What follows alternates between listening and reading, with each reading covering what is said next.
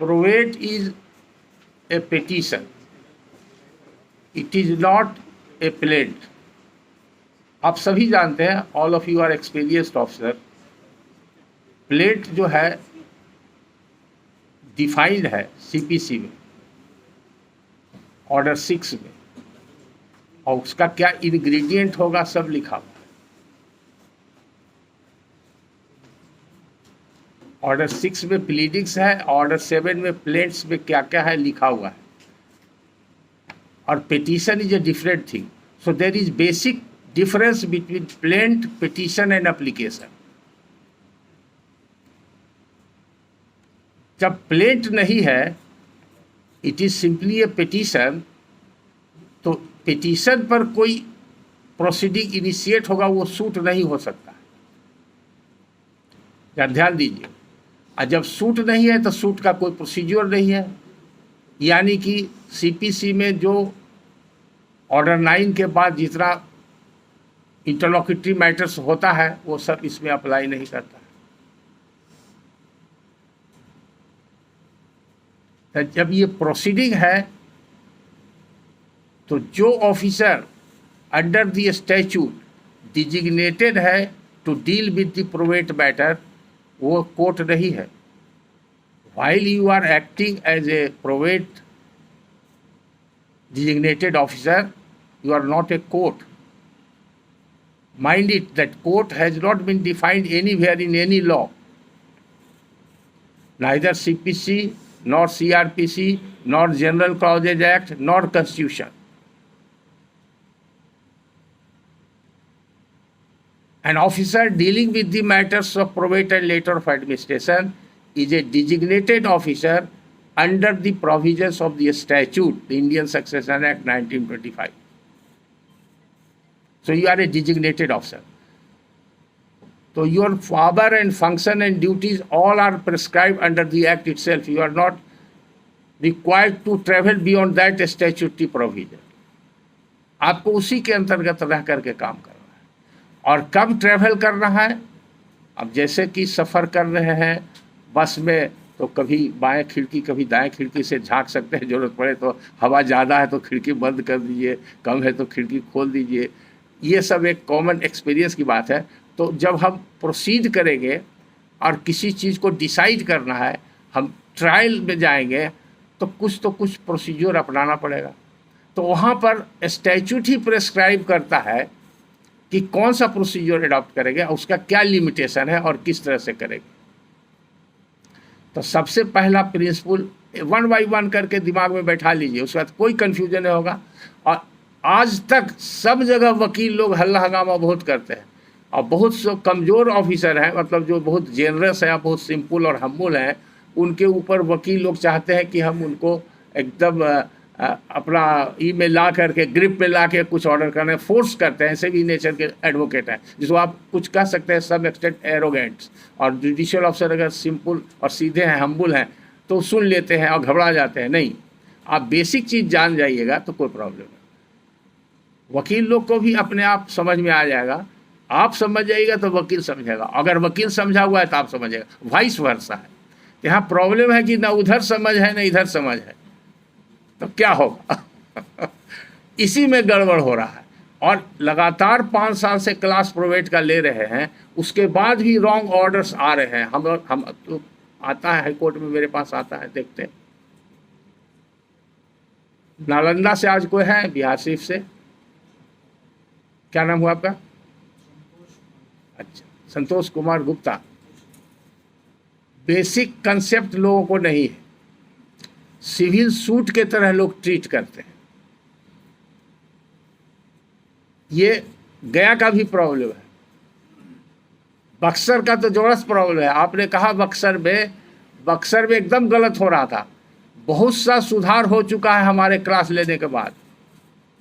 और मैंने डायरेक्टर से भी लिख करके मांगा था, 5 साल लगभग हो गया, नवनीति बाबू जब थे शुरू में ही, उन्होंने जवाब नहीं दिया चूँकि उनको मालूम नहीं था। फिर हाई कोर्ट से मैंने राइट टू इन्फॉर्मेशन मांगा, हाई कोर्ट ने हमको गलत जवाब दे दिया। उसके बाद वो राइट टू इन्फॉर्मेशन में सेकेंड अपील अभी पेंडिंग है। नोटिफिकेशन मांगा कुछ, दे दिया गया कुछ। तो यहाँ तक है कि हर जगह डिफ़िकल्टी है, और उसकी वजह है कि जानकारी नहीं है, बेसिक कंसेप्ट नहीं है। अभी भी ज़्यादातर लोग सूट के तरह ही ट्रीट कर रहे हैं, सूट ही नहीं है। अगर ये अब समझ गए तो बाकी सब चीज़ समझ जाइएगा, इसीलिए हम इसको रिपीट कर रहे हैं।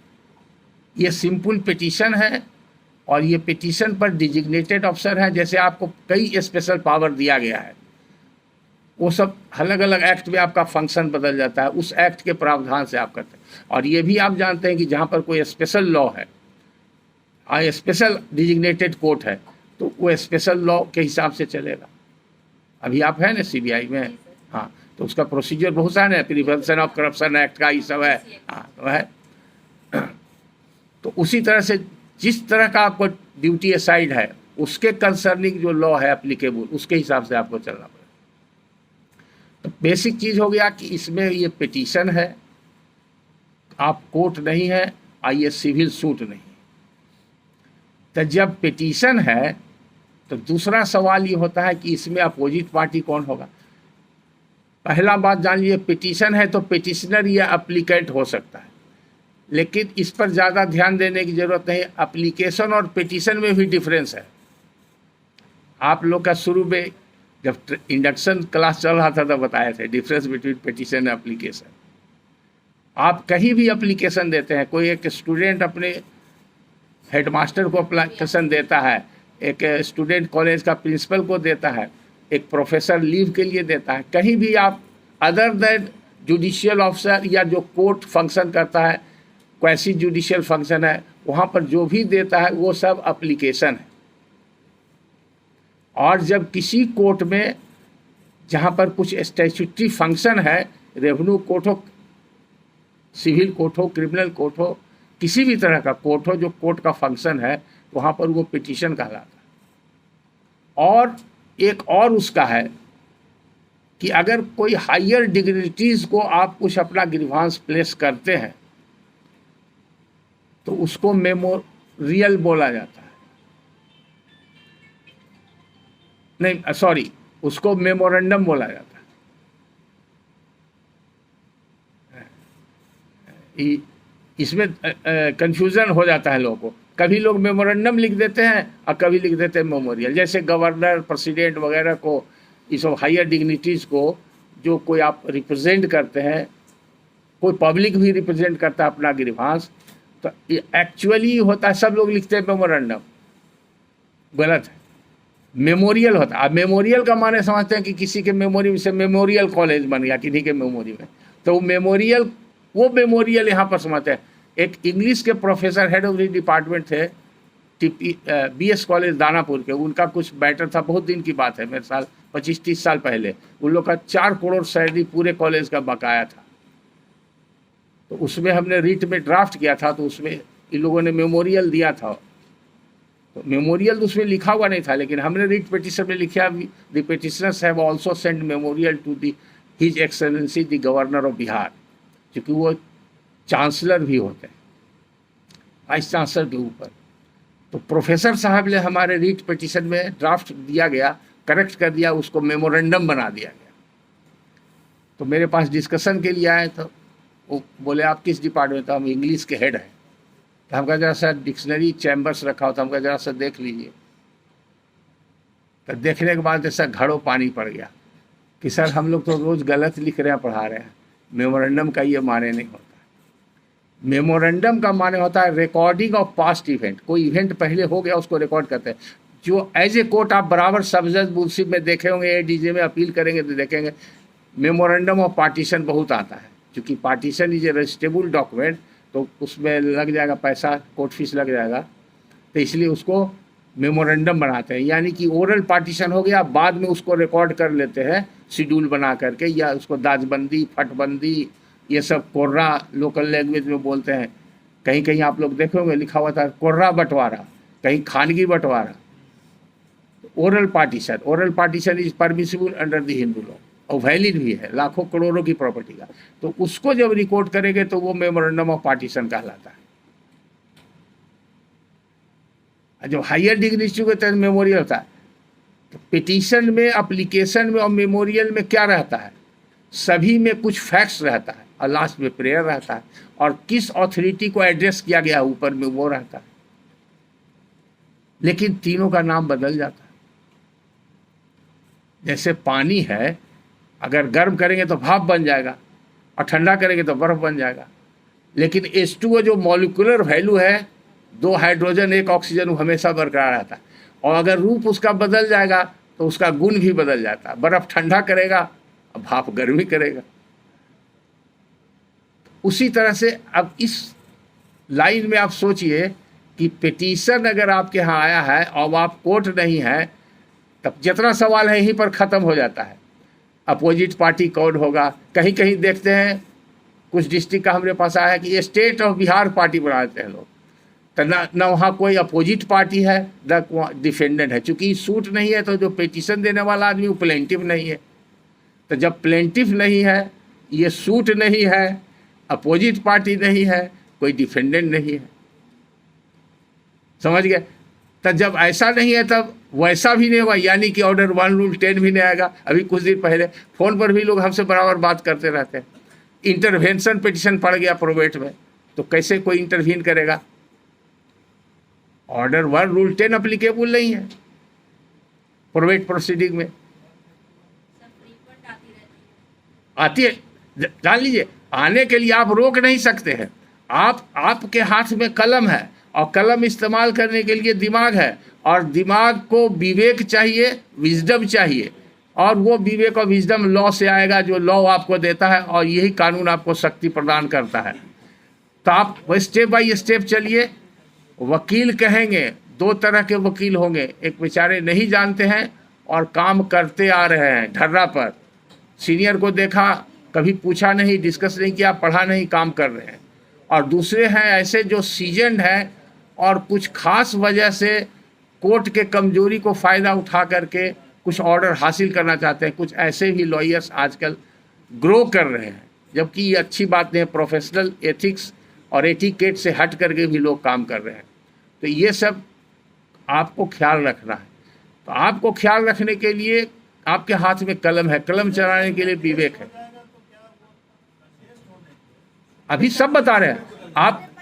आपका जितना दिमाग में है, आप जितने ऑफिसर हैं, अगर सभी ऑफिसर के दिमाग में 2-2 क्वेश्चन भी है, तो वो सारा क्वेश्चन मेरे दिमाग में है, और हम 1 बाय 1 समझाना चाह रहे हैं, इसलिए कि बार बार इसमें गलती हो रही है, एकदम स्टेप बाय स्टेप। इसलिए थोड़ा धैर्य रखिए।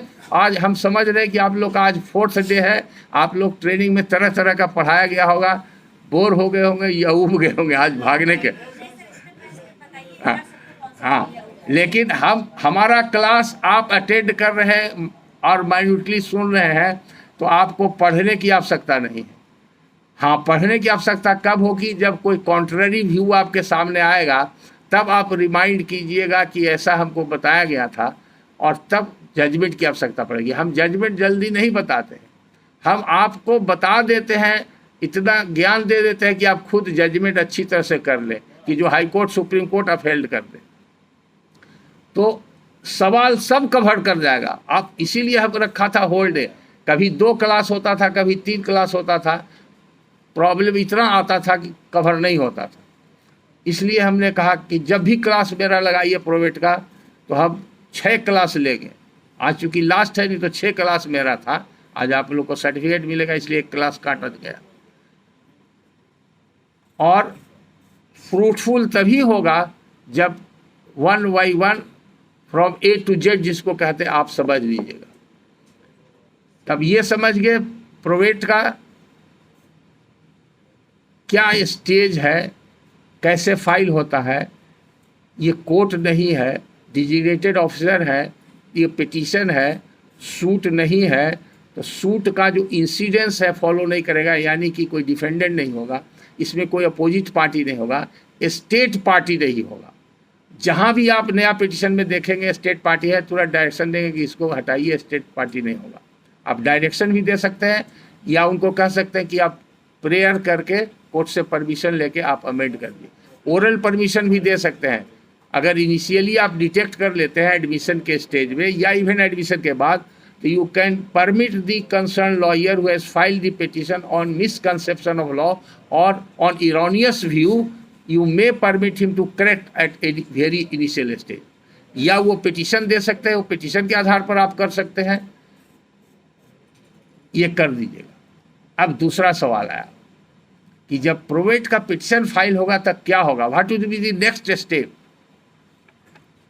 तो पहले ये जानिए कि प्रोवेट का पिटीशन कौन सेक्शन में फाइल होता है। तो प्रोवेट और एलए का एक ही सेक्शन है 276 नोट कर लीजिए। 276 में प्रोवेट भी फाइल होता है, एलए भी फाइल होता है। अब दूसरा सवाल नेचुरली आपके मन में आएगा कि जब एक ही सेक्शन में दोनों चीज कैसे होगा, तो उसका जवाब सुनिए। उसका आंसर है सेक्शन 222 में। नोट कीजिए सेक्शन 222। सभी हम इंडियन सक्सेशन एक्ट 1925 की बात बता रहे हैं। सेक्शन 222 और 276 को साथ में पढ़िएगा तो दोनों का डिस्टिंक्शन पता चल जाएगा। तब कभी कभी ये सवाल पूछा जाता है, आप लोगों ने नहीं पूछा, हम अपने तरफ से जोड़ रहे हैं, अपने खजाना से दे रहे हैं आपको। आपका तो 10 प्रश्न 12 प्रश्न मात्र है। प्रोवेट और लेटर ऑफ एडमिनिस्ट्रेशन में बेसिक डिफरेंस क्या है।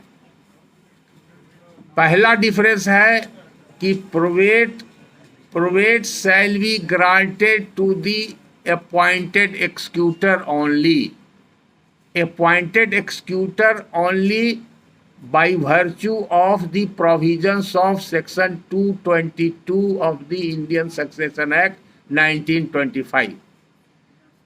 222 कहता है कि अगर कोई विल में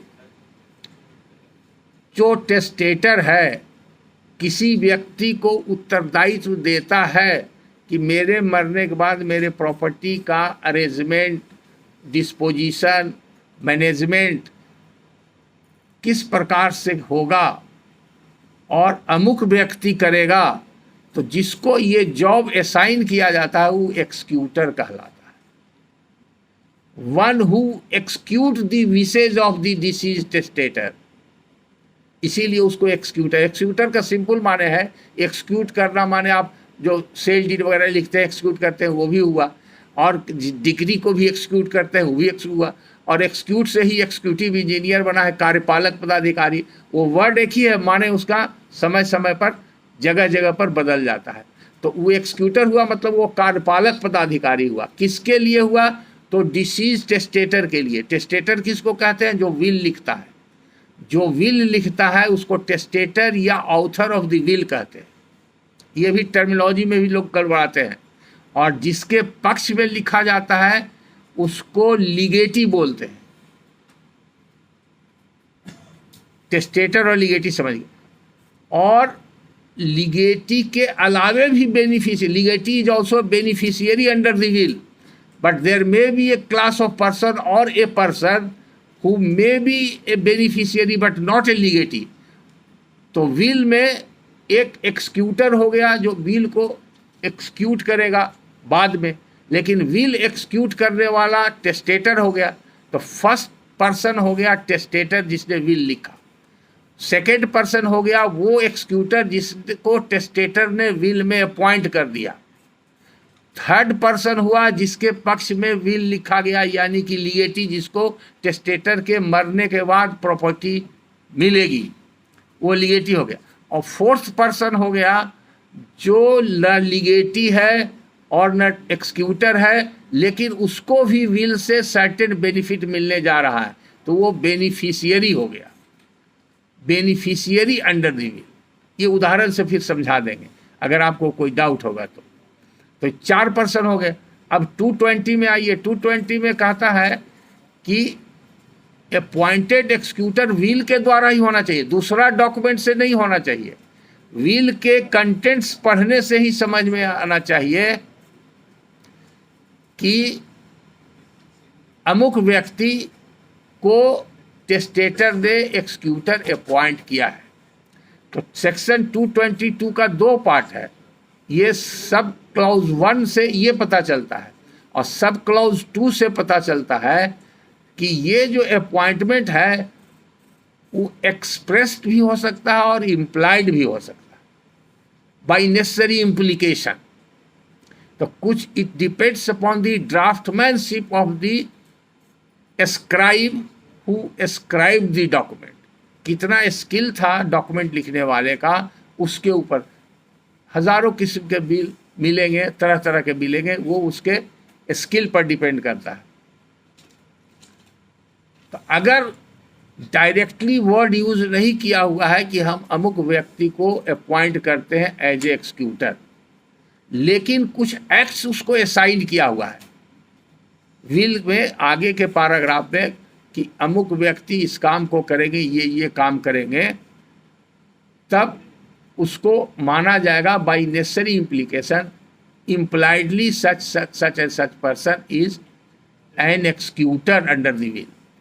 तो जब प्रोवेट होता है वो सिर्फ एक्सिक्यूटर के पक्ष में होता है, यानी कि probate shall be granted to the executor only. ये भी नोट कर लीजिए, अप्लाई करेगा तभी ना, बिना अप्लाई करे कैसे आप ग्रांट कीजिएगा। Probate petition shall be filed by the appointed executor and probate can be granted to him only. अगर दूसरा कोई फाइल कर देगा तो उसको प्रोवेट नहीं मिलेगा। अभी समझ गए, नेसेसरी इम्प्लीकेशन से भी एक्सिक्यूटर हो सकता है, डायरेक्टली हो सकता है, और उसी को 276 में प्रोवेट के लिए एप्लीकेशन देने का अधिकार है। लेकिन लेटर ऑफ एडमिनिस्ट्रेशन के लिए कोई भी दे सकता है, यानी कि अगर विल है और विल में कोई अपॉइंटेड एक्सिक्यूटर नहीं है, तो जो लीगेटी अंडर द विल है या बेनिफिशियरी अंडर द विल है, वो लेटर ऑफ एडमिनिस्ट्रेशन के लिए, हाँ बोलिए,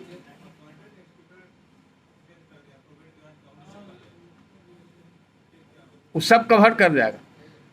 जब क्लास खत्म होगा, लास्ट राउंड फिर क्वेश्चन का लेंगे, डाउट का। अभी हम सब, हमको याद है, सब 1 बाय 1 बता देंगे, ठीक। आप सोच लीजिए, इधर सुनिए, आपका क्या नाम है, कहाँ हैं आप? जहानाबाद। जहानाबाद में बहुत दिक्कत है, हमको मालूम है। जहानाबाद का तो जमींदारी का 4 गो पेपर गया, तो वहाँ तो न सब जज साहब को पता, ना डिस्ट्रिक्ट जज साहब को पता चला कि क्या पेपर है, ये कहीं सब टोकरी में डालने वाला पेपर है। और हाई कोर्ट में भी 5 दिन बहस करना पड़ा। मुश्किल तो यही है, यहाँ पर कहने में थोड़ा दिक्कत है। 5 दिन के बाद लेकिन सरकार को इंजंक्शन किया गया। जमींदारी रसीद नहीं, हजारों किस्म का डॉक्यूमेंट होता था जमींदारी में, जो आप लोग नाम भी नहीं सुने होंगे, और कोई बताने वाला भी नहीं मिलेगा आज के तारीख में। हम बताए हैं, लैंड लॉ के क्लास में सब बताए हैं, और बहुत सा डॉक्यूमेंट डिस्प्ले करके बताए हैं। तो अभी वो क्लास नहीं है, सिविल ट्रायल का होगा ना, एक क्लास है सिविल अपीलेट जुडिक्शन आपका, उसमें हम कुछ बताएंगे। तो आप सुन लीजिए, आपका प्रश्न का यहीं पर जवाब हो जाता है। देखिए, अभी 4 बुक है मेरा लिखा हुआ, उसमें एक है बहुत बड़ा मैटर है, लीगल हिस्ट्री ऑफ इंडिया, उसमें 20% ही काम हुआ है। हम इतना व्यस्त रहते हैं कि बुक पर हमको ध्यान देने का मौका नहीं मिल रहा है, और कोई उतना कॉम्पिटेंट हमारे पास टाइपिस्ट स्टोनो आता है, सीख के चला जाता है, या जूनियर नहीं है, वो रिवीजन हम खुद ही कर सकते हैं। सबसे पहले हम प्रोवेट और लेटर ऑफ एडमिनिस्ट्रेशन पर किताब निकालना चाह रहे हैं, जो सभी के लिए फ़ायदेमंद है। माने सभी जुडिशल ऑफिसर का रिक्वेस्ट है, इसलिए उसी पर हम, वो कंप्लीट है 100%, लेकिन रिवीजन नहीं हो सका। और दूसरा, बहुत पहले लैंड लॉ का क्लास ले रहे थे, तो law of adverse position of easement, वो भी कंप्लीट है, लेकिन उस पर भी नहीं ये हो सका है। तो हाँ, अब आपको, आप ध्यान से सुनिए, प्रश्न किए हैं, आप ध्यान से सुनिए, ध्यान सुनिए, आपस में बात नहीं कीजिए। हम इसलिए बहुत तोड़ तोड़ के बता रहे हैं कि हमारे बताने के बाद, अभी भगवा से कोई है आज? कौन है? हाथ उठाइए। आप है, क्या नाम हुआ? शुक्ला जी हैं न? क्या नाम है उनका?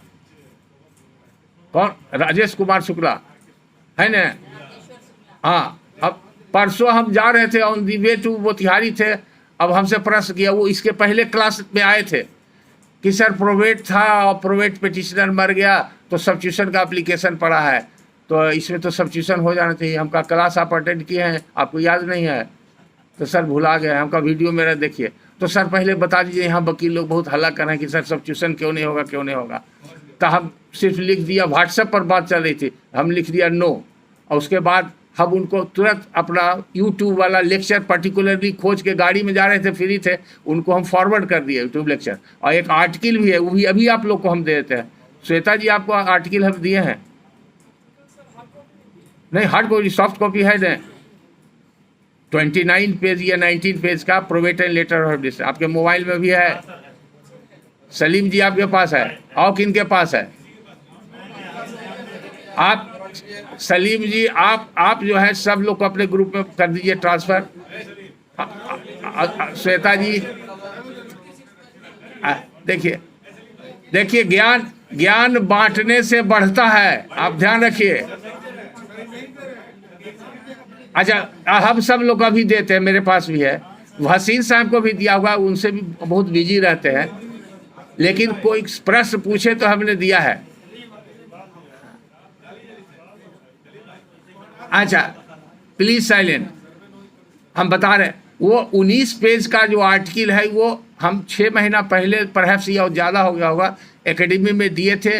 1 घंटा में हमको देना पड़ा था कि अभी मैगजीन जा रहा है सर, कोई इम्पोर्टेंट आर्टिकल नहीं आया है, आप दे दीजिए। हम स्पॉन्टेनियसली उसको लिखा दिए और फॉरवर्ड कर दिए।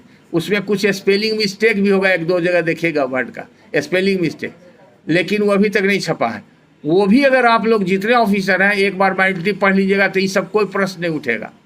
Now I come directly to the point, please silent. वो आपको चला जाएगा, टेक इट ग्रांटेड। हम कुछ ऑफिसर जो हमारे पास व्हाट्सएप जिनका है हम खुद कर देंगे, और जिनके पास है उनसे रिक्वेस्ट है कि आप लोग एक्सचेंज कर लीजिए, ठीक है, थैंक यू। अब देखिए 222 पर बात चल रही थी, 226 में प्रोवेट पिटीशन फाइल वही करेगा जो नेम्ड एक्सिक्यूटर है। अब एक प्रश्न आ गया जहानाबाद से कि अगर प्रोवेट पिटिशनर प्रोवेट फाइल करने के पहले मर गया तो प्रोवेट नहीं होगा, खत्म हो गया। सुन लीजिए, आपका जब सवाल का जवाब सुने, आप क्या समझे? फाइल नहीं होगा। और प्रोवेट फाइल करने के बाद मर गया तो केस भी मर जाएगा, केस भी मर जाएगा, ये मालूम नहीं है? लीजिए सुनो जी, सुनो, बहुत प्रॉब्लम है ना, यही बहुत प्रॉब्लम। जितना लोग हैं फोटो कराओ, हम कहेंगे तो पार्टनर फोटो करा के दे दो, वहाँ राजकुमार होगा ना, वहाँ दे दो।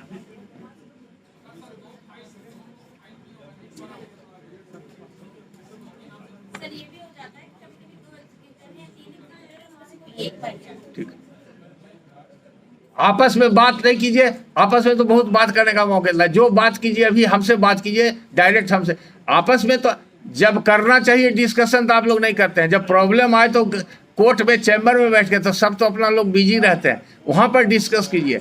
यहाँ पर हॉस्टल में आप लोग डिस्कस कीजिए, या लंच और इताई में डिस्कस कर सकते हैं। अभी आप डायरेक्ट कर देखिए आपका हाँ बोलिए। 2 आदमी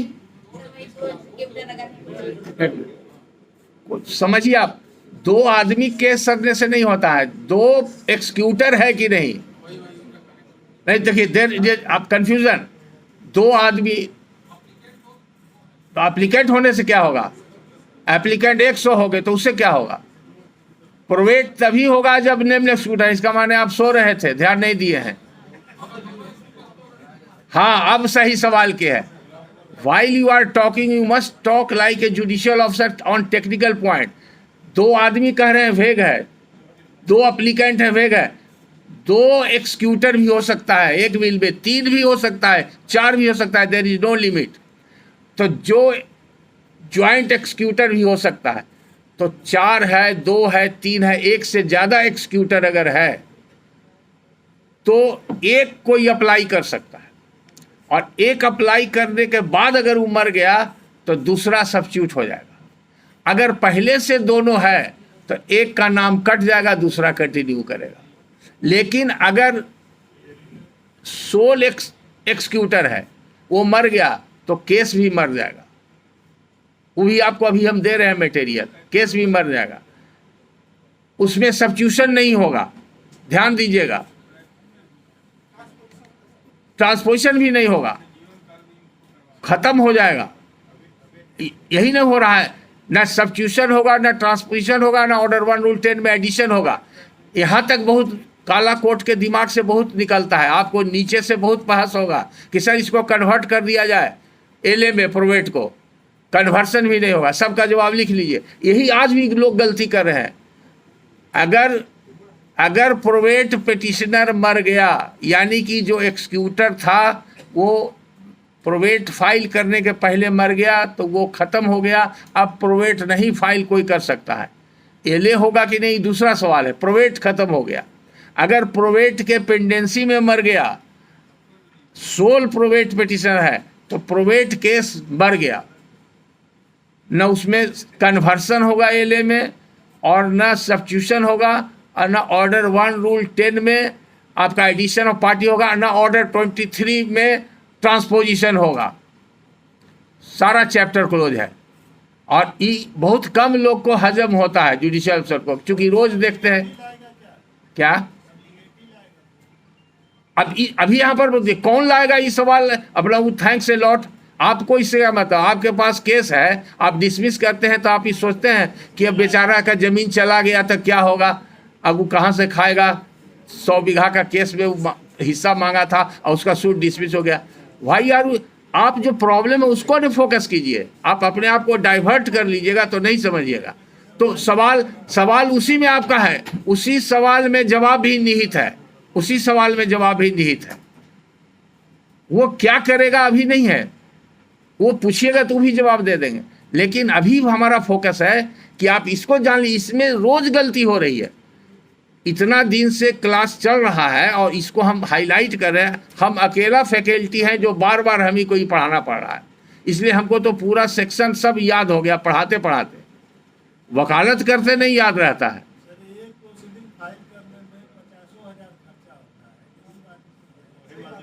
देखिए तो ये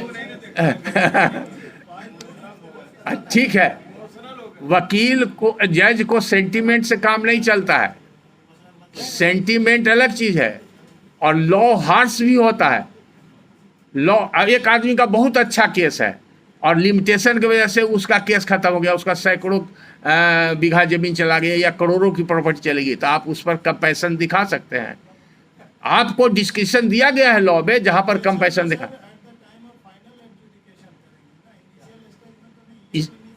इसीलिए कह रहे हैं कि आप लोग ध्यान दीजिए।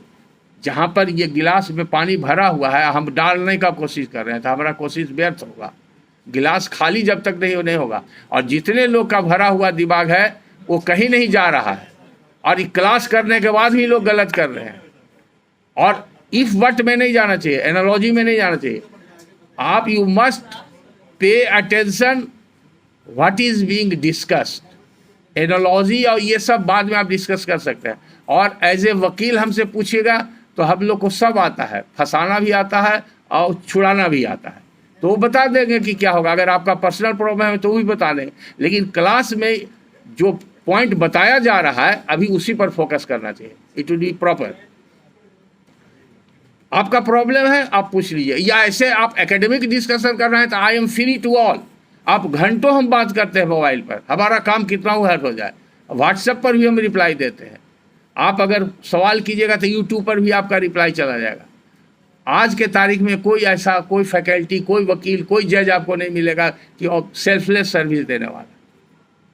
हम इसलिए डिवोटेड हैं, हम चाहते हैं कि जुडिशियरी का अपलिफ्टमेंट हो, अच्छा क्वालिटी का जजमेंट आवे, अच्छे जुडिशियल अफसर आप लोग एलिवेट होकर के हाई कोर्ट आइए। बहुत कमी हो रहा है, कुछ दिन के बाद सिविल केस कोई लड़ेगा नहीं, क्राइम रेट बढ़ेगा। आप तो लोग देख रहे हैं, ये सब बताने की आवश्यकता नहीं। तो आपका पर्पस जो है टू बिकम ए गुड जज। गुड जज के लिए लॉ का क्लियर कट कंसेप्ट होना चाहिए। जजेज are not bound by emotions, impulse and instincts और not on compassion. Judgments are not being passed on that. एक जज साहब ने, दिग्विजय जी आपके कलीग थे, बेतिया में बहुत अच्छा जजमेंट दिया पास्को का। एक लाइन उन्होंने कुछ कंपैशन की बात कह दिया, जजमेंट एकदम परफेक्टली राइट है। उन पर रिमार्क हो गया, उनको ट्रेनिंग में लाया गया। सिंगल एक ऑफिसर का दिन भर हमने ट्रेनिंग लिया, क्या उस ऑफिसर पर गुजरी होगी, सोच लीजिए। तो ये आपको नहीं कर रहा है, आपके दिमाग में इमोशंस को किनारे रखा जाए। और कभी कभी इमोशनल आर्गुमेंट ज़्यादातर वकील लोग ही करते हैं। हम पर्सनल एक्सपीरियंस ही बता रहे हैं। हाई कोर्ट में एक बाढ़ से कोई है, आज बाढ़ से भी कोई है नहीं। बाढ़ का ही एक केस था, एक वकील साहब बहुत वहाँ के सीनियर वकील हैं, उनका अपना केस था और उनके बड़े भाई थे जो बोकारो या कहीं रांची में कोई बड़े पद पर थे, रिटायर करने के बाद गांव आए, उनको 100 एकड़ से ज़्यादा ज़मीन था। वो पार्टीशन का सूट लाए, वो कभी कुछ दिए नहीं उनको, सारा पैदा वही रखते थे वकील साहब, लोकल एडवोकेट थे, मैनेज करते थे। वो जब पूरा फैमिली के साथ आ गए तो खाने पीने में दिक्कत होने लगा था, पार्टीशन सूट फाइल की। और पार्टीशन सूट के बाद उन्होंने रिसीवर के लिए हम प्लेंट बना दिए थे उनका, और रिसीवर का भी बना दिए थे, और लोअर कोर्ट ने रिसीवर बहाल कर दिया। और रिसीवर बहाल होने के बाद वो हाई कोर्ट में चैलेंज किए। हाई कोर्ट में एक आप ही की तरह बहुत सहृदय ऑनरेबल जज के कोर्ट में चल गया, जैसे आप बहुत दयालु और सहृदय हैं। उधर से वकील साहब तो बहस कर दी मेरिट पर, और हमने भी मेरिट पर बहस कर दिया। कोर्ट कन्विंस हो गए कि लोअर कोर्ट ने जो जजमेंट पास किया है अपॉइंटमेंट ऑफ रिसीवर का, वो सही है, अपहेल्ड होने जा रहा था। तब हमारे एडवर्सरी वकील जो हमसे काफ़ी सीनियर थे, वो वही टैक्ट अपनाए, और वो एडवोकेट जिनका पर्सनल केस था वही कोर्ट ड्रेस में बैठे हुए थे। तो हमने नहीं पहचाना कि कौन व्यक्ति है। वो वकील साहब खड़ा हो गए जिनका अपना केस था, वो रोने लगे। और जो सीनियर एडवोकेट उनके थे, हमारे अपोनेंट, उन्होंने जज साहब को कहा कि हुजूर इनके पास 4 मैरिजेबल बेटियां हैं, एमए पीएचडी कर ली है, कोई बीए में पढ़ रही है, और आज तक इनके भाई मदद नहीं की हैं, और जब शादी का समय आया तो बंटवारा कर दिया और रिसीवर करा लिए, सारा ज़मीन जब्त हो गया। इमोशनल बहस किए तो जज साहब थोड़ा झुक गया और ऑर्डर कुछ चेंज करने लगा। ऑर्डर हमारे पक्ष में डिक्टेट कर चुके थे, तो हम देखा कि तो कंपैशन में आकर के कुछ चेंज कर देंगे तो बड़ा गड़बड़ हो जाएगा। तो हमने आउट ऑफ वे ऑब्जेक्ट किया और कहा कि I had experience for practising in lower court for at least 20 years and 32 years in high court. My practice is of 52 years. I have seen all these drama. Judges are not bound by emotions and impulse. ऐसा जो बोले थे जज साहब सावधान हो गए, no no no no no, अपना उठ गए उसके बाद। तो इसलिए वैसे में आपको गलती करने की संभावना है, आप ये सब नहीं कीजिएगा।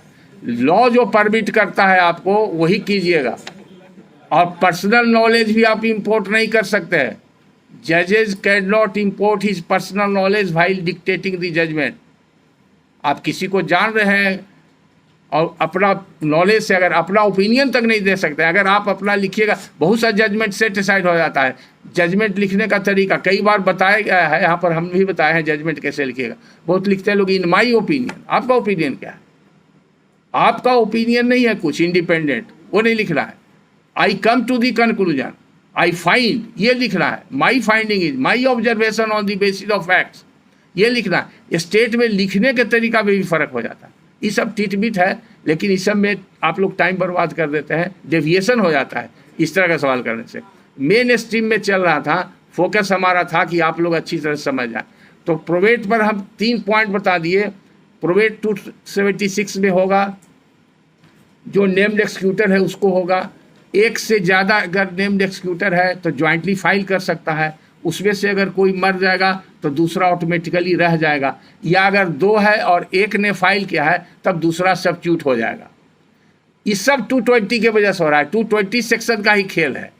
अगर कोई नहीं है नेम्ड तो वो प्रोवेट पिटिशन मर जाएगा, डाइड इज नेचुरल डेथ। अब डिफरेंस क्या हो गया? तो LA can be filed by any legatee under the will on the basis of will. Probate can be also filed on the basis of will, but difference is probate to the executor only, whereas LA is to any other person who is legatee or beneficiary. पहला difference. दूसरा difference है कि LA can be filed even without will, तब वो होगा section 278 में। बिना will के जो आप लोग के यहाँ कब आता है, उस लोग वकील लोग कब इस्तेमाल करते हैं।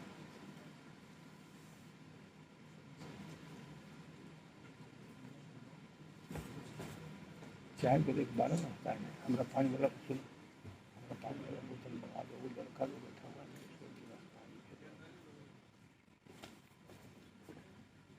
ये समझ गए। एले जो है विल अगर है तो भी फाइल होगा तब 276 में होगा, और बिना विल के एले फाइल होगा तब 278 में होगा।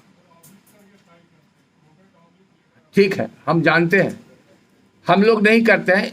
जो वकील लोग कन्फर्म नहीं है, अभी आपके यहाँ ऐसा भी बस होगा, बेगूसराय के कुछ अफसर, भखरी और कौन सब्जियन है, अभी नाम याद नहीं पड़ा, बलिया, उस सब से कुछ अफसर लोग हमसे बात किए कई टॉपिक पर।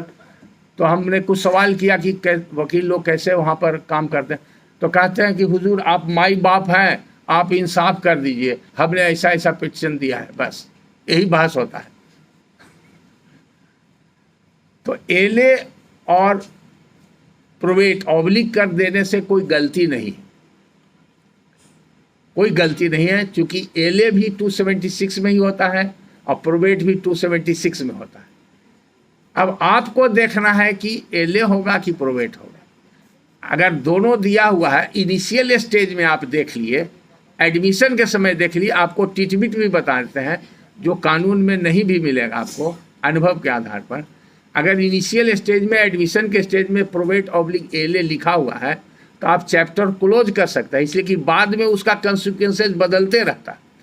अगर आप देखेंगे विल प्रोवेट पिटीशन के साथ रहता है, तो प्रोवेट पिटीशन के साथ अगर विल होगा तो उस विल में आप देखेंगे कॉन्टेंट्स में कि नेम्ड एक्सिक्यूटर है कि नहीं। अगर नहीं है तो कहिएगा वकील साहब को कि प्रोवेट काट दीजिए, या बाई ऑर्डर आप रेक्टिफाई कर दिएगा कि the petition has been filed under section so and so where in it is mentioned probate oblique LA, but on perusal of the will it appears that there is no appointed executor, hence probate petition is not maintainable, LA shall proceed। आप initial stage में कर सकते हैं। अगर last stage में आ जाए, एकदम judgement time में, चूंकि ऐसा एक केस हुआ, जैसे अभी क्लास ले रहे हैं ऐसे ही क्लास ख़त्म हुआ और नेक्स्ट डे एक नवादा में थे के सिंह, अभी है नवादा के कोई यहाँ पर, हाँ वो चले गए हैं, फैमिली जज हो गए हैं किशनगंज। वो फैमिली जज में उनको जिस दिन पोस्टिंग में हमसे बात किए थे कुछ प्रॉब्लम था, क्रूएल्टी के ऊपर चाहिए था उनको जजमेंट डाइवोर्स का, तो हमको मालूम है। तो यहाँ से वो गए, तुरंत फ़ोन किए कि सर एक मेरे यहाँ जजमेंट पर था पहले प्रिजाइडिंग ऑफिसर का, सुना हुआ, अब वकील साहब को हम बुला के कह रहे हैं कि बहस कीजिए, तो कह रहे हैं सर क्लाइंट फीस दे दिया, बहस कर दिया, अब दोबारा हमको फीस देगा, क्या बहस करेंगे, जो आदेश हो कर दिया जाए। ये सिचुएशन भी आप लोग को फेस करना पड़ता है, हम लोग सब समझते हैं। तो उनको यही डाउट हुआ कि सर ये तो डिसमिस हो जाना चाहिए, ये प्रोवेट फाइल हुआ है और ये नहीं है, इसमें नेम्ड एक्सिक्यूटर नहीं है, तो ये प्रोवेट डिसमिस हो जाएगा। तो हमने पूछा कि किस स्टेज में है, तो बोले कि आर्गूमेंट है, जजमेंट के स्टेज में है, आर्गूमेंट कोई कर नहीं रहे हैं। तो हम कहा सुनिए, एक जजमेंट है, उसके आधार पर हम उनको बता दिए कि आप लास्ट में 2 लाइन लिखा दीजिए।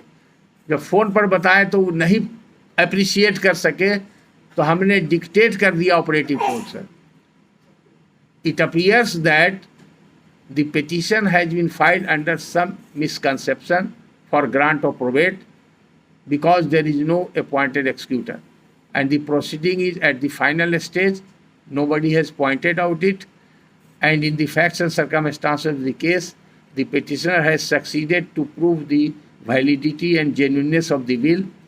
Therefore, in peculiar facts and circumstances of this case, instead of probate as prayed for by the petitioner, let a letter of administration be granted. ये ऑप्शन और डिस्क्रिशन है।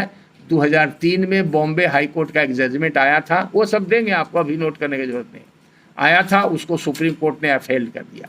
तो ये समझिए, इसको सिद्धांत नहीं मानिए।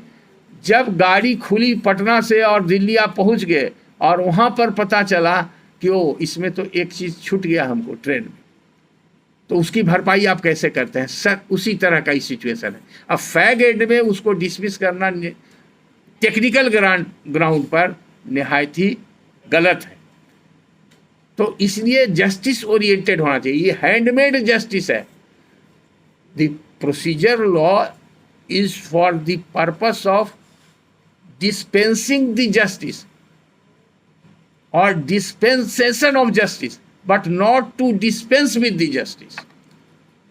उसका जस्टिस का दरवाजा आप बंद कर रहे हैं, नहीं, वहां पर इमोशन की भी बात नहीं, टेक्निकलिटी की बात है। तो वहां पर आप कहेंगे कि ये प्रोवेट नहीं होना चाहिए था, लेकिन ऑन रॉन्ग एजम्पशन ये प्रोसीडिंग कंटेस्ट हो गया और अब पता चलता है कि एले होना चाहिए, और मेरिट पर ये एविडेंस से पता चलता है कि प्रोवेट विल का वैलिडिटी एस्टेब्लिश हो गया, जेन्युइननेस एस्टेब्लिश्ड हो गया, तब ऐसे स्थिति में इनको प्रोवेट के बजाय हम लेटर ऑफ एडमिनिस्ट्रेशन ग्रांट करते हैं। वहाँ कोई दिक्कत नहीं, वो डिस्क्रिप्शन है कोर्ट। लेकिन अगर इनिशियल स्टेज में अगर है, आपको पता चल गया, तो वहाँ पर आप अमेंड करवा सकते हैं, पिटिशनर भी अमेंड कर सकता है, आप ओरल डायरेक्शन भी दे सकते हैं, और ओरल डायरेक्शन पर वो करेक्शन हो सकता है, पिटिशन भी हो सकता है। तो ये बहुत सारा सवाल आपका इसमें कवर कर गया। अब रहा कि कहाँ फाइल होता था, वो क्वेश्चन है कि आप इंडियन सक्सेशन एक्ट अगर देखेंगे तो उसमें आपको मिलेगा हर जगह डिस्ट्रिक्ट जज वर्ड मिलेगा, कहीं पर सब जज नहीं मिलेगा, या जुडिशियल ऑफिसर नहीं मिलेगा, या जज सीनियर डिवीजन और जूनियर डिवीजन, ये सब नहीं मिलेगा, और ना हाई कोर्ट मिलेगा। तो यहीं पर आपको ये भी बताते हैं कि प्रोवेट कोर्ट जैसे फंक्शन करता है, ओरिजिनल जुडिक्शन वो दिया हुआ है डिस्ट्रिक्ट कोर्ट का ही, यानी कि डिस्ट्रिक्ट जज ही ओरिजिनल अथॉरिटी है इन द एक्ट। लेकिन हाई कोर्ट में भी प्रोवेट और लेटर ऑफ एडमिनिस्ट्रेशन होता है। हाई कोर्ट में होता है, ये बहुत से लोअर कोर्ट के वकील नहीं जानते, और इसके वजह से ज़्यादातर केसेस लोअर कोर्ट में ही फाइल होता है, क्योंकि वो लोग जानते नहीं। कुछ सीनियर वकील हमसे बात किए हैं और कुछ प्रिजाइडिंग अफसर भी बात किए हैं, बोलते हैं सर हाई कोर्ट में कैसे होता है। तो ये सवाल भी आया है, इसलिए हम बता रहे हैं। आपके लिए अभी हो सकता है रेलिवेंट नहीं लगे, लेकिन जानकारी के लिए आपको बता देते हैं। सेक्शन 300 है इंडियन सेक्शन एक्ट का, नोट कर लीजिए, सेक्शन 300।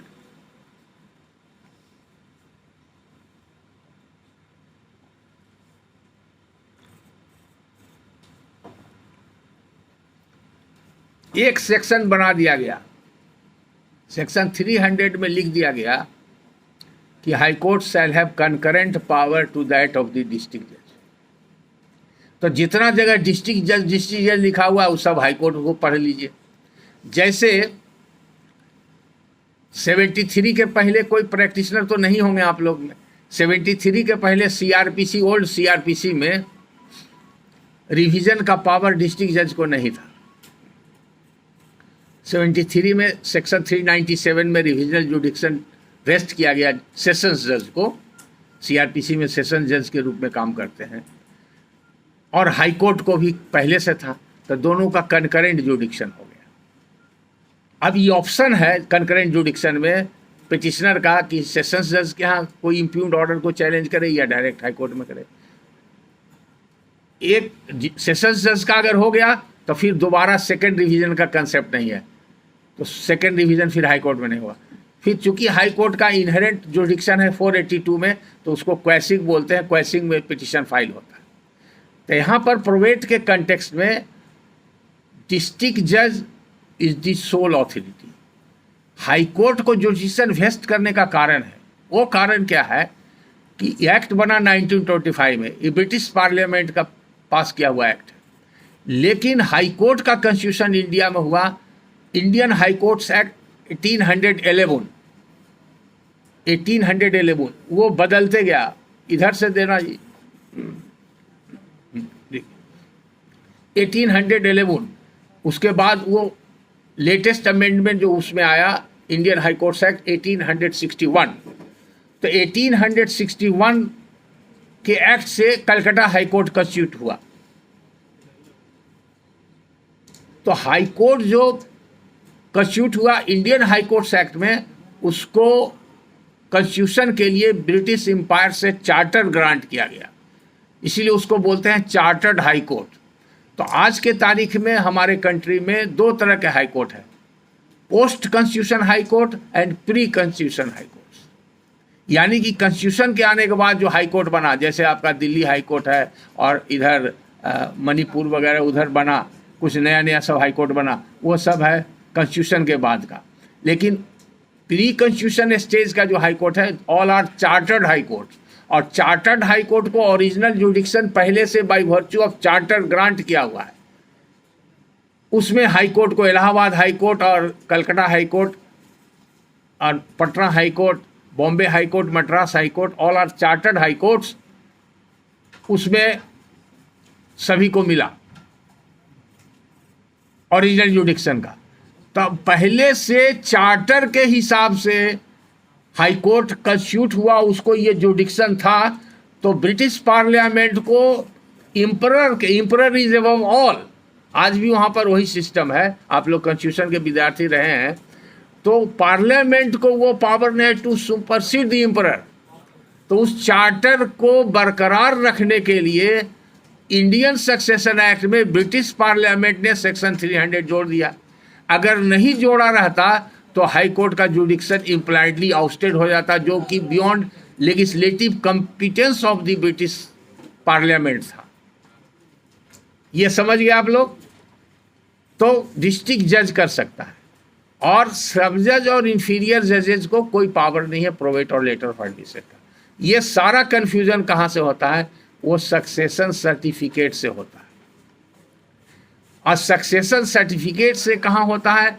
एक वर्ड और है जो आप लोग को भी जानना जरूरी है। उस एक डिस्ट्रिक्ट जज समझे, एक हाई कोर्ट समझे। हाई कोर्ट से अभी आपको मतलब नहीं है। जो पिटिशनर डायरेक्ट हाई कोर्ट जाता है, हाई कोर्ट में इंटरटेन होगा, वहाँ भी सेक्शन 276 और 278 में ही इंटरटेन होगा, जो आपके यहाँ होगा। सिर्फ authority, designation of the authority बदल जाएगा, यहाँ पर प्रोवेट जज और वहाँ पर हाई कोर्ट जज। अब कोई पिटीशन अगर फाइल होता है आपके यहाँ सेक्शन 276 में या 278 में, तो उसमें क्या क्या रिक्वायरमेंट है, दोनों में थोड़ा फ़र्क है।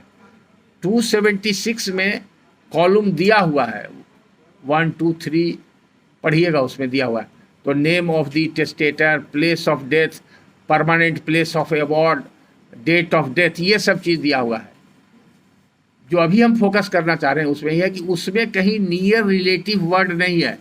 सेक्शन 276 में नियर रिलेटिव वर्ड नहीं है, लेकिन सेक्शन 278 में नियर रिलेटिव वर्ड आता है।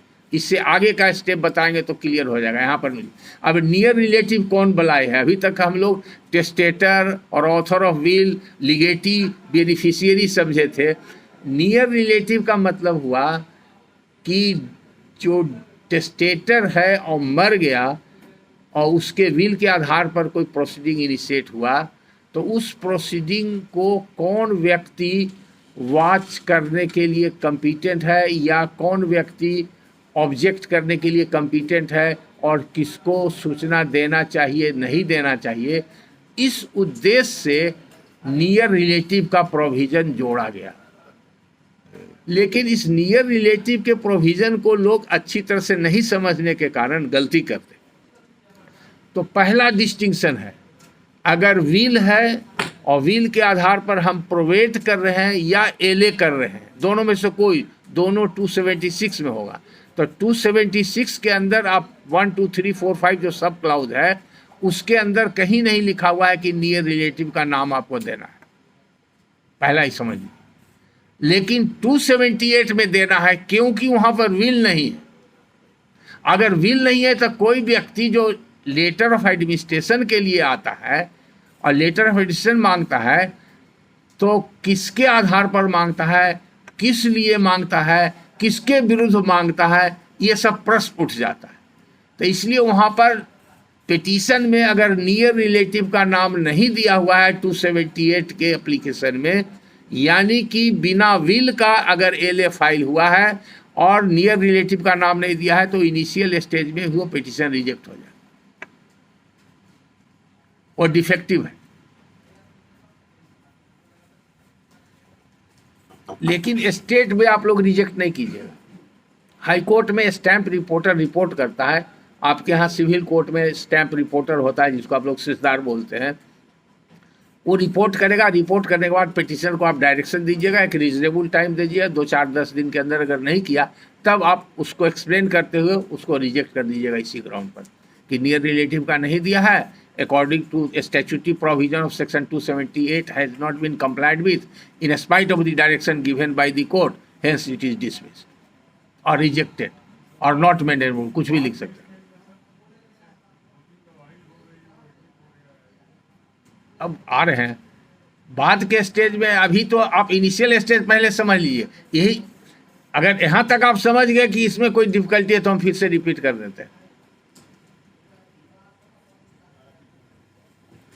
अभी तक जो डिस्कस किए उसमें कोई डिफिकल्टी आपको है नहीं। अब बता रहे हैं, हाँ बोलिए।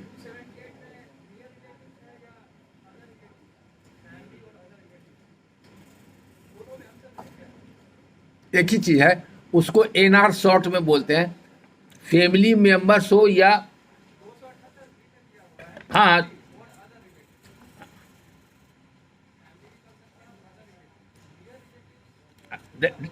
देखिए बता रहे हैं, बता देते हैं। अब ठीक है, राइटली पॉइंटेड आउट, आप देख लीजिए, उसका एक्सप्लेन कर देते हैं।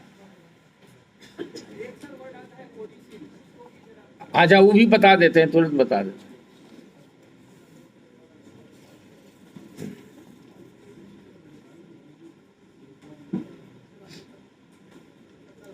जब सब क्लॉज वी में जो वर्ड यूज किया गया है, द फैमिली और other relatives of the disease and their respective residence, तो अदर रिलेटिव का कंसेप्ट क्या है? Near relative.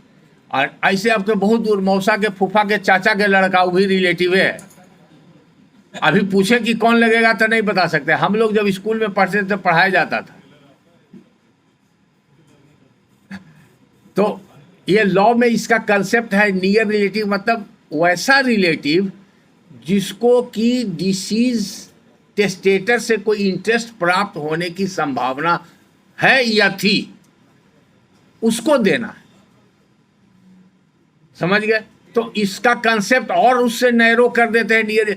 अगर उसका डिसीज टेस्टेटर का क्लास 1 ईयर क्लास 2 ईयर तक अगर है तो वहीं तक फिनिश हो जाएगा। अगर क्लास 1 में कोई और बचा हुआ है तो 2 को देने की आवश्यकता नहीं। अगर 1 में नहीं है तो 2 का दे दीजिए। अगर 2 में भी नहीं है तो एग्नेट को दे दीजिए। अगर एग्नेट नहीं है तब कोगनेट को दे दीजिए। आपको हिंदू लॉ क्या? हाँ अगर है, अगर नहीं है तो दायरा बढ़ाते जाइए। तो इसीलिए कहा गया है, देखिए हम जो वर्ड बोल रहे हैं ये सब वर्ड बोल रहे हैं 52 साल के अनुभव के आधार पर। एक दिन के पढ़ करके आप नहीं समझ सकते हैं। ये छोटी सी किताब है, हमको तो शायद कोई ऐसा वकील और जज नहीं मिले हैं जो कि पूरा किताब बता सकते हैं और कौन प्रोविजन कहाँ है, और आपके 2 घंटा के क्लास में बताना बड़ा मुश्किल है। इसलिए हम जो वर्ड बोलते हैं उस पर बहुत ध्यान दीजिए और उसको आप मान लिए कि यही अभी एस्टेब्लिश्ड लॉ है। तो नियर रिलेटिव वर्ड यहाँ यूज नहीं, इसलिए कंफ्यूज नहीं कीजिए। अब आप समझ गए ना नियर रिलेटिव का दायरा। हाँ अब नियर रिलेटिव का दायरा आप समझ गए। तो क्लास 1 ईयर्स आप हिंदू अगर हैं तो हिंदू सक्सेशन एक्ट में, अगर मोहम्मदन फैमिली है तो उसमें शेयरर्स है, शेयरर्स नहीं रहेगा तो रेजिडियरी रहेगा, वहाँ भी बना हुआ है। तो वो सिर्फ इसलिए, और ये भी कोई जरूरी नहीं है कि मिस ज्वाइंडर एंड एनज्वाइंडर यहाँ अप्लाई नहीं करता है। ध्यान दीजिए, अगर 1-2 का भी दे देंगे, सभी का बनाना जरूरी है। कहाँ लिखा हुआ है इसमें? फैमिली और other relatives and their respective residence, उनका नाम और पता देना चाहिए। अब यहाँ क्या गड़बड़ी होती है, लोग नियर रिलेटिव को अपोजिट पार्टी या डिफेंडर बनाते हैं। इसको नोट कर लीजिए, वो नियर रिलेटिव का नाम बॉडी ऑफ द पिटीशन में रहेगा, not in the category of party. They are not party. ये गलत होता है। पार्टी बनाते हैं तो उनको कटवा दीजिए डायरेक्शन देख। इसीलिए हम बता रहे हैं ये सब डिफेक्ट रोज हो रहा है। हाँ अब जहाँ रहता है तो ठीक है, जहाँ रहता है वहाँ कोई बात नहीं। मेरा वाला है, हाँ अभी रख।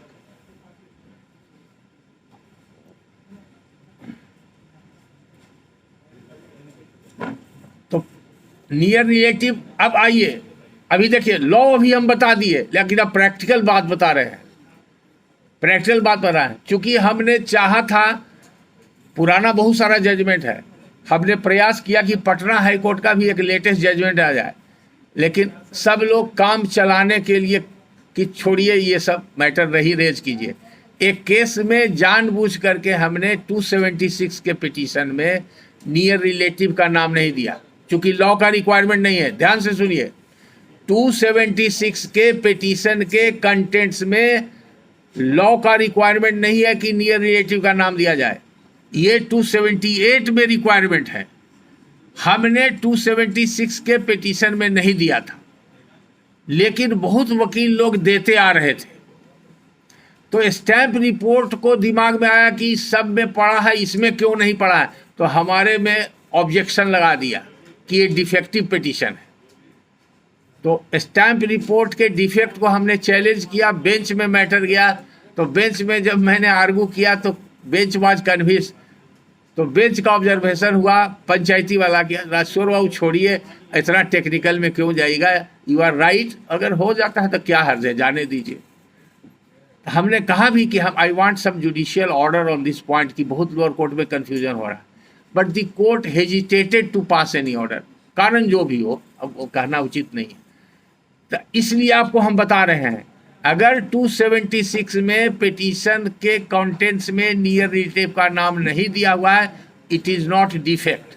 अगर दे दिया गया है तो it is also not defect. अब it depends upon the wisdom of the lawyer and the wisdom of the court.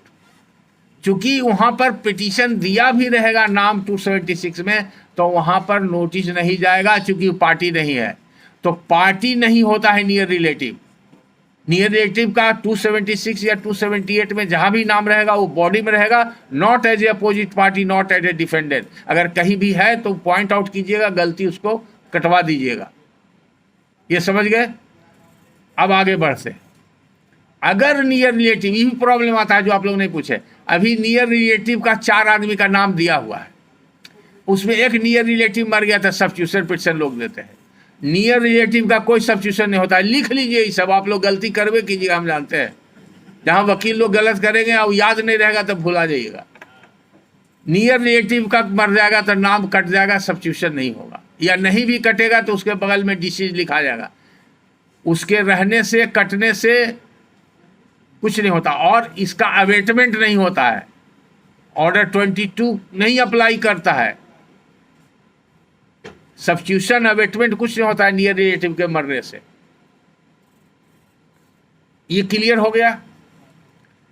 अब आइए, जब प्रोवेट पिटीशन ठीक ढंग से फाइल किया हुआ है, यानी कि प्रोवेट जो फाइल किया हुआ एक्सक्यूटर है, 276 का कंप्लायंस है, एडमिट हो गया है, नेक्स्ट स्टेप क्या होगा? तो आप जैसे समझते हैं, समझ जाता है। हम तो देखे हैं बिहार शरीफ का, आपका हाजीपुर का, इधर रिसेंट 3-4 जगह का देखे, जो सिविल सूट में समझ जाता है वही समझ लोग भेज देते हैं। हाँ, इशू तो बनेगा, वो बाद में बताएंगे। समझ भेज देते हैं। आप केस किए हैं भारती जी? इशू बनाए हैं कंटेस्ट के बाद? अच्छा ठीक है। तब कौन स्टेज में कंटेस्ट आता है, तब किस स्टेज में आता है मालूम है? सेक्शन जब कंटेंसस हो गया तो किस स्टेज में आप उसको कंटेंसस आप बनाए हैं कि आपके पहले के ऑफिसर ने लिखा है? पहले। तो ठीक है, आपको हम बताएंगे, अभी बताएंगे, तुरंत बताएं। हाँ ठीक है, आप ध्यान दीजिएगा। आप तो मेहनत खूब करते हैं, हम जानते हैं। आप तो क्लास में भी बहुत अटेंटिव रहती है, हाँ, अच्छी बात है। तो ठीक है, देखिए 276 में अगर नियर रिलेटिव्स का नाम बॉडी में दिया हुआ है, सो मच सो गुड। नहीं दिया हुआ है, सो मच सो गुड। अब एक एक करके बता दें, 276 में नोटिस किसको जाएगा, ये क्वेश्चन होता है, और किस फॉर्म में जाएगा। तो सीपीसी में जो समन्स का फॉर्म है ये नहीं है, इसके लिए इसी के शेड्यूल में बना हुआ है फॉर्म, उसको बोलते हैं साइटेशन। तो डिस्ट्रिक्ट जज को साइटेशन इशू करने का अधिकार है। वो सेक्शन अगर आप लोग एक्ट निकाल लीजिए अपने मोबाइल में, 283 सेक्शन निकालिए,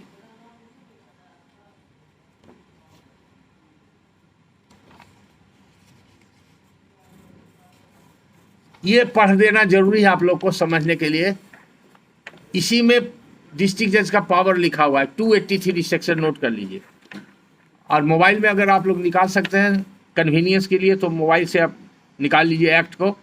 283 पावर ऑफ डिस्ट्रिक्ट जज in all cases the district जज और डिस्ट्रिक्ट डेलीगेट में इफ ही थिंक्स प्रॉपर। अब एक वर्ड आ गया यहाँ पर डिस्ट्रिक्ट डेलीगेट, तो इसके पहले अब इसको भी हम एक्सप्लेन कर देते हैं।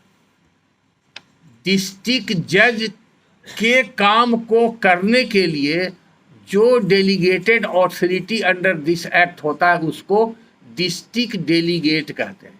इसका मतलब हुआ कि डिस्ट्रिक्ट जज का जो पावर किसी इंफीरियर ऑफिसर को डेलीगेट किया गया है वो डिस्ट्रिक्ट डेलीगेट कहलाता है। यानी कि अगर आप डिस्ट्रिक्ट जज है, आप ही तो समझ रहे हैं आप एडिशनल डिस्ट्रिक्ट जज हैं, लेकिन you are for all practical purposes par with district जज। वो सिर्फ डिस्ट्रिक्ट जज आपके एडमिनिस्ट्रेटिव हेड है, केस एडमिट करके भेजने का या बिना एडमिट करके ट्रांसफ़र करने का उनके पावर है, और फाइलिंग कोर्ट है वहाँ फाइल होगा। लेकिन जैसे ही आपके यहाँ मैटर आ गया, you are in seisin of the matter, either probate, civil matter, criminal matter, you are yourself a district judge. You possesses all the power and jurisdiction and authority to act as a district judge. चूँकि constitution में CPC में हर जगह define है district जज includes additional. Even Bengal, Agra, Assam civil court act जिसमें कि constitution court का हुआ है, सब यही कहता है। तो डोंट बी हेजिटेटेड कि हम डिस्ट्रिक्ट जज नहीं है। वो डिस्ट्रिक्ट जज के यहाँ ही काम होगा। सवाल पूछते हैं कि वहाँ पर ऐसा होगा फिर वहाँ भेजना होगा, नहीं। जब आपके यहाँ आ गया तो don't take care of district जज। डिस्ट्रिक्ट जज कब जाएगा डिस्ट्रिक्ट के यहाँ, वो लिमिटेड पर्पस के लिए वो बताएंगे। आप फुल फ्लेजेड डिस्ट्रिक्ट जज हैं और डिस्ट्रिक्ट जज के तरह आपको एक्ट करना है। आप डिस्ट्रिक्ट डेलीगेट नहीं है। नोट कीजिए, इंपॉर्टेंट इज डिस्ट्रिक्ट जज और एडिशनल डिस्ट्रिक्ट जज is not A district delegate.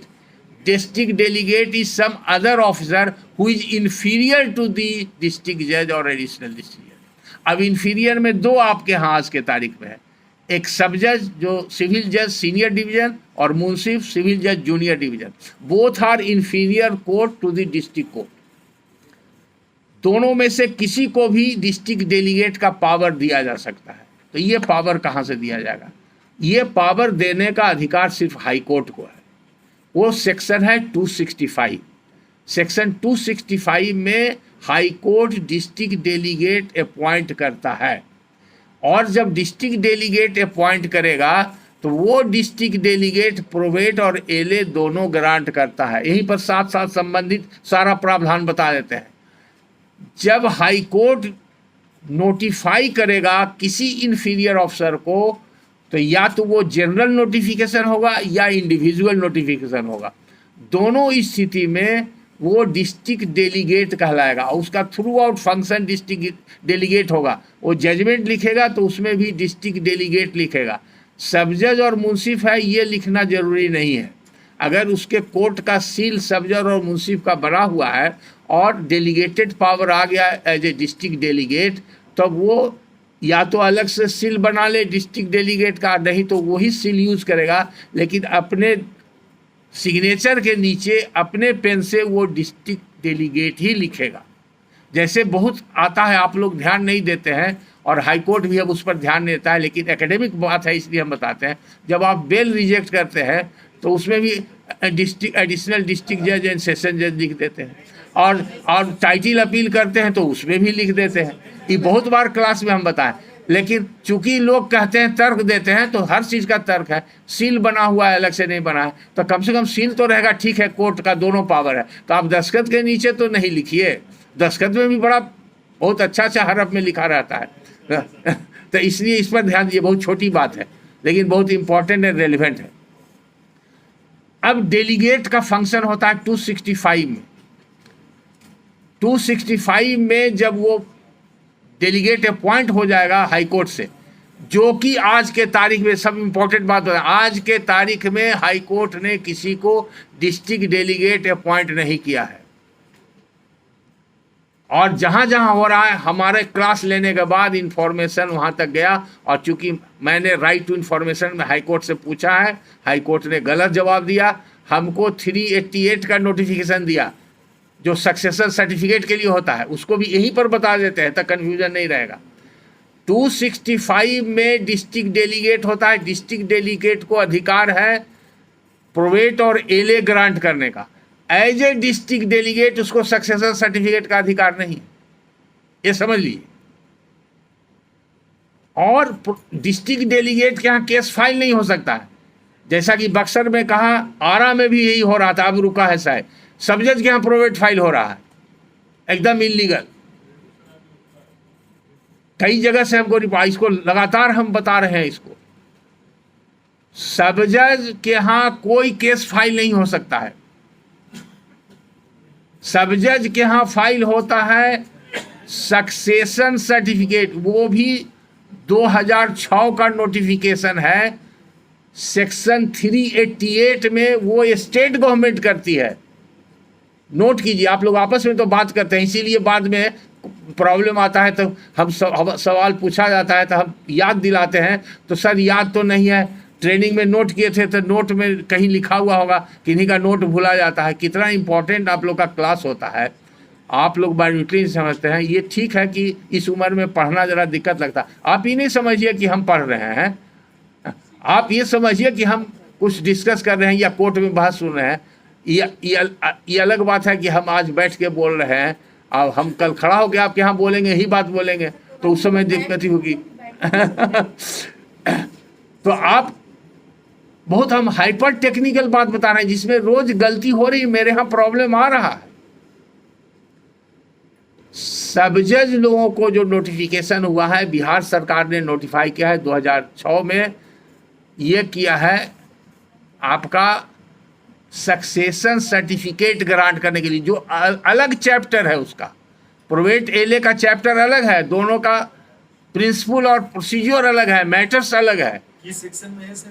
388 में बिहार सरकार नोटिफिकेशन निकालती है कि किस व्यक्ति को हम सक्सेशन सर्टिफिकेट का केस डील करने के लिए इम्पावर करते हैं।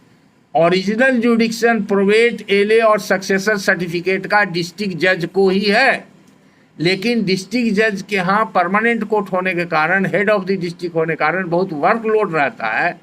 इसलिए स्टैट्यूटरी प्रोविजन के हिसाब से हाई कोर्ट एक नोटिफिकेशन निकाला है। आज के तारीख में वही जानिए, पीछे जाने की आवश्यकता नहीं है। आज के तारीख में बिहार के जितने सब जज हैं सभी को सक्सेशन सर्टिफिकेट देखने का अधिकार दिया गया है। यानी कि अब कोई सक्सेशन सर्टिफिकेट का केस डिस्ट्रिक्ट जज के यहाँ नहीं फाइल होगा, सीधे सब जज के यहाँ फाइल होगा और सब जज उसको डील करेंगे।